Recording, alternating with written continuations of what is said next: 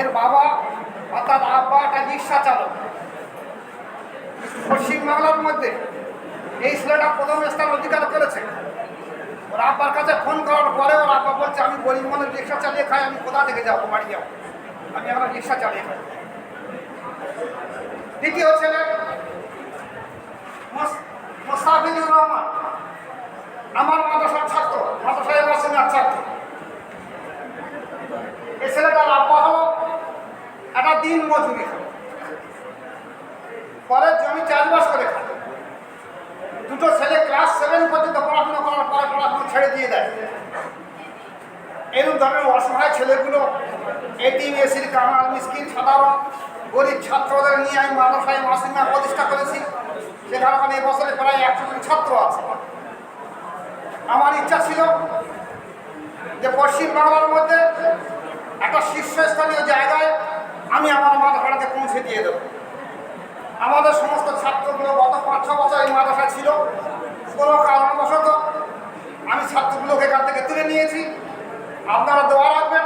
এবছরে যেমন দুটো ছেলে ফাজলে ফার্স্ট এবং সেকেন্ড হয়েছে, প্রতিটা বছর যেহেতু আমার ঐকান্তিক চেষ্টা আছে, প্রতিটা বছর আলিম, ফাজিল, কামেল এবং টাইটেলের দিকে খেয়াল করে দেখবেন।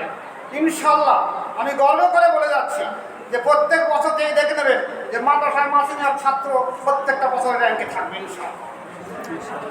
এবার আমি আপনাদের একটা জরুরি কথা বলি।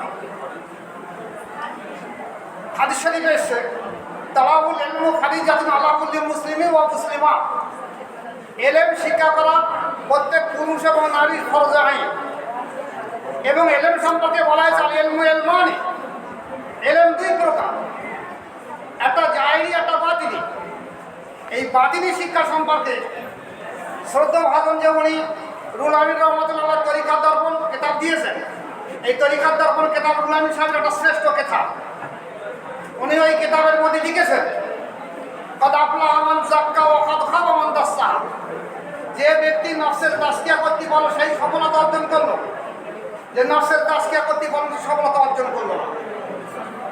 ওই কিতাবের মধ্যে দেখবেন ইমাম মালিক রহমতুল্লাহ আলাইহি লিখেছেন যে যে ব্যক্তি এলমে জাহিলি শিক্ষা করলো, বাতিনি শিক্ষা করলো না, সে ব্যক্তি ফাসিক। আর যে ব্যক্তি এলমে বাতিনি শিক্ষা করলো, জাহিলি শিক্ষা করলো, সে ব্যক্তি জিন্দিক। তাই দুটো এলেমের শিক্ষা করা ফরজ আইন যখন, তখন আমি দোয়া রাখি যে যেহেতু রুল আমিন রহমতুল্লাহ মাদ্রাসা, এই মাদ্রাসায় সেইভাবে জাহিলি এবং বাতিনি উভয় শিক্ষায় অর্জন হোক এবং তার মাধ্যমে যেন আমরা হাকিকত একটা আল্লাহর ওলি বা আলিম তৈরি হোক, যেমন রুল আমিন রহমতুল্লাহ তৈরি হয়েছিলেন।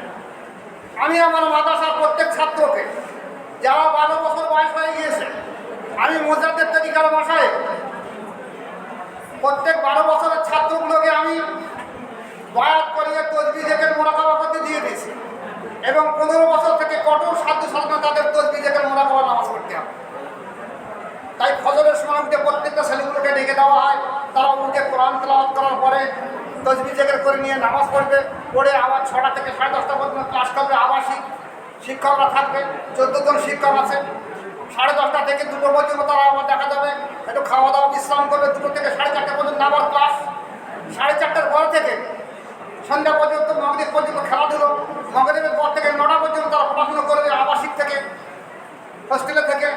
এরপরে যেসব ছেলেগুলো ভালো র্যাঙ্কের ছেলে, তাদেরকে নিয়ে আবার 9টা-10টার পর থেকে রাত 12টা পর্যন্ত পরে গাইড দেওয়া হয়। এদেরকে দিয়ে আর সেই জায়গায় পৌঁছে দিয়ে গেছে। আজকে বসিয়াট আমিনিয়া সিনিয়র মাদ্রাসাতে গর্ববোধ করছে যে ছাত্র দুটো আমার হাতে করা তৈরি করা ছাত্র এবং বহু গরিব ছাত্র। আমি বড় আফসোস এই জায়গায়, এই মাদ্রাসার প্রধান শিক্ষক মহাশয় গতদিনে ফোন করেছিলেন যে তোমরা দেরি করছে, আসতে পারছো না। আজও বারবার ফোন করছে যে দেরি করছে, আসতে পারছো না। আমি এই ছেলে দুটো নিয়ে আসবো, কিন্তু আমার বাড়ি একটা বাচ্চা অসুস্থ। আমি সেই তাদেরকে ডাক্তারের চিকিৎসার কাছে রেখে দিয়ে, ডাক্তারের কাছে রেখে দিয়ে তার মধ্যে রেখে নিয়ে আসবো। কিন্তু শিক্ষক মশাই বারবার বলছে, আমার দুঃখ লাগছে এই কারণে যে আপনি একটা প্রতিষ্ঠানের হেড হয়ে গতদিনে দুটো এতিম অসহায় ছেলে দেখা যাচ্ছে এক জায়গায়, দুটোর কাছে 500 টাকা যদি হাতে তুলে দিতে পারলে তোমরা বাসে করে চলে আসবে।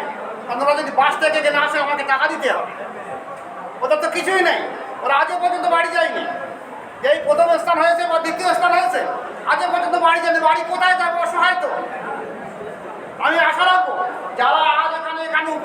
যেসব সম্মানীয় অতিথি তাদের কাছে আমি হাত জোর করে অনুরোধ রাখবো যে এই দুটো ছেলের যদি ভবিষ্যৎ কোনোভাবে আপনারা গড়ে দিতে পারেন তাহলে আপনারা চেষ্টা রাখবেন, নতুবা মিথ্যা কথা বলে কোনো লাভ হবে।